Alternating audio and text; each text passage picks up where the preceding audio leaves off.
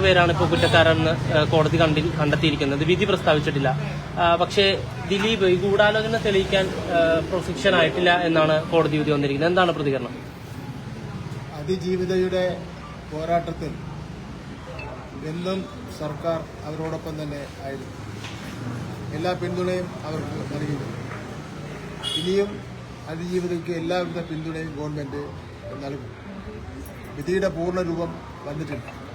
വിധിയുടെ പൂർണ്ണരൂപം വന്നതിന് ശേഷം ഗവൺമെന്റ് ആലോചിച്ച് ആവശ്യമായ തീരുമാനങ്ങൾ കൈക്കൊള്ളും.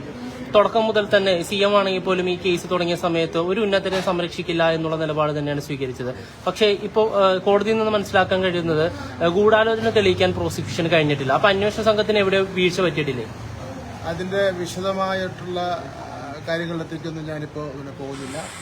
വിധിയുടെ പൂർണ്ണരൂപം വരട്ടെ, അത് ഗവൺമെന്റ് പരിശോധിക്കും. നേരത്തെ ഇവിടെ ചോദിച്ചതുപോലെ ബഹുമാനപ്പെട്ട മുഖ്യമന്ത്രി അതീവ ഗൗരവത്തോടു കൂടിയാണ് ഈ വിഷയത്തെ കണ്ടിരുന്നത്.